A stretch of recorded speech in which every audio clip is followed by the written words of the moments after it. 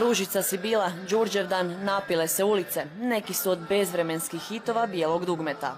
Danas, 50 godina od osnutka najpoznatije grupe ovih prostora, njihov osnivač i lider Goran Bregović govori o tome kako o takvom uspjehu nije mogao ni sanjati.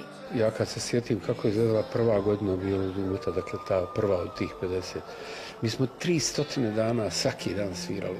Od nekih sela Gajdobre tamo u Vojvodini do ovdje nekih u Sloveniji, nekih isto u Selendri gdje su se slavile neke stvari za koje nisam znao ni da postoje. Mislim, dakle, 300 dana. Ili smo u nekom kombiju u kome je stalno ispadala neka poluosovina, stalno je neko bio sa nekim šrafsirom da to ugura nazad.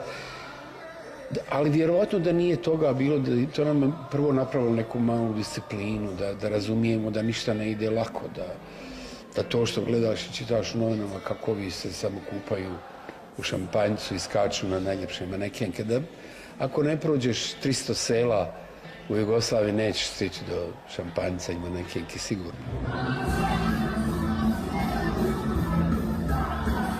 Od Sarajeva i Splita preko Beča i Stuttgarta sve do New Yorka i Chicaga. Jubilarna turneja u punom je zamahu. Kako izgleda taj život rockera na turneji? Poslije koncerta ostaneš u sobi sam sa nekim sandvičem bajatim. To tako uvijek izgleda. Ne znam da li Rolling Stonesima, ali nama je to uvijek tako izgledalo. Publika od 7 do 77 puni dvorane uglas pjevajući pjesme koji su postali evergreeni. Nevjerovatno imamo i nove generacije od 18, 19, 20 godina koje su najvjerovatnije ukrale iz ladica od svojih roditelja te LP ploče, kazete stare, možda i CD, i naučili su te pjesme. A to je dokaz da sad sa ove distancije neke vremenske određene zaista shvatimo da ono što smo radili, zahvaljujući Goranu i naravno ostatku ekipe, da je vrijedilo.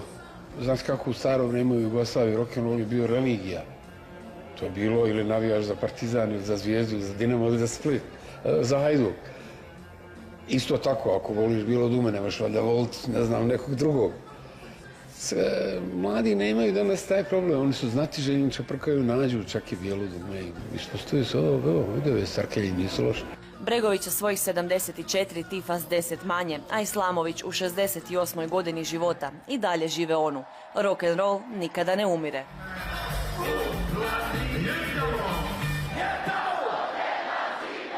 Da nam je lijepo da smo na pozornici ko nekad, da pravimo tu buku koja je, znaš što je, ta organizacija buke, to je nešto čega se teško čovjek odvikava. Ne znam, jeste li ikad čuli da je neko iz rock'n'rolla se penzionisao? Ne, samo s pozornice odu i umru.